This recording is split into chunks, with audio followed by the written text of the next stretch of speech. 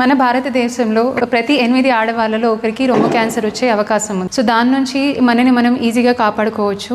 So దాని వైపు వేసే మొదటి అడుగు ఏంటంటే మనని మనం ప్రతి నెలకు ఒకసారి పరీక్షించుకోవడం. నేను ఇప్పుడు మీకు మనని మనం ఎలా ఇంట్లో మనమే పరీక్షించుకోవాలో దాని గురించి చెప్పబోతున్నాను. సో స్నానం చేసుకునేటప్పుడు కానీ లేదా అద్దం ముందు నిల్చొని పరీక్షించుకునే రొమ్ము వైపు చేయి పైకెత్తుకొని ఈ విధంగా నేరుగా పైకెత్తుకొని వేరే చేతితో పరీక్ష చేసుకోవాలి. సో మొదటగా రొమ్ము పైన ఉన్న ఎముక నుంచి రొమ్ము కింద ఉన్న ఎముక వరకుగా చూసుకోవాలి. సో అదేవిధంగా చేయి భాగం నుంచి మధ్య ఛాతీ వరకు చూసుకోవాలి. సో పైన ఉన్న విభాగము తర్వాత కింద ఉన్న విభాగము రెండు వైపులో కూడా చూసుకోవాలి. సో పైన ఉన్న విభాగంలో లోపల భాగము బయట భాగము, సో అదేవిధంగా కింద ఉన్న విభాగంలో బయట భాగము లోపల విభాగము, ఈ విధంగా పూర్తిగా 4 వైపుల 2 రొమ్ములు కూడా చూసుకోవాలి. సో ఆ తర్వాత చేతి వేళ్ళు వెనుక నుంచి మనము మధ్య భాగము నుంచి ఇలా గుండ్రంగా ఇలా చూసుకుంటూ బయట వైపు వరకు మర్దన చేసుకోవాలి.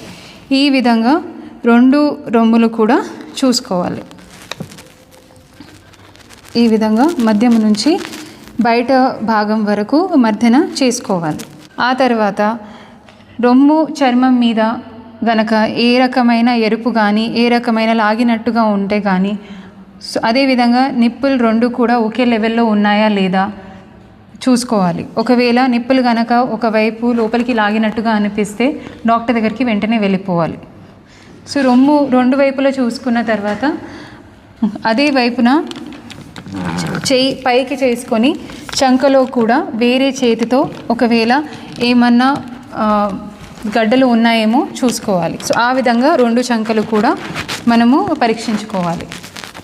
నివారణ చేసుకోవడానికి 40 మీద ఉన్న ఆడవాళ్ళు సంవత్సరానికి ఒకసారి డాక్టర్ దగ్గరికి వెళ్ళి తన రొమ్మును ఎగ్జామిన్ చేయించుకోవాలి. ఆ తర్వాత పరీక్షలు కూడా చేయించుకోవాలి.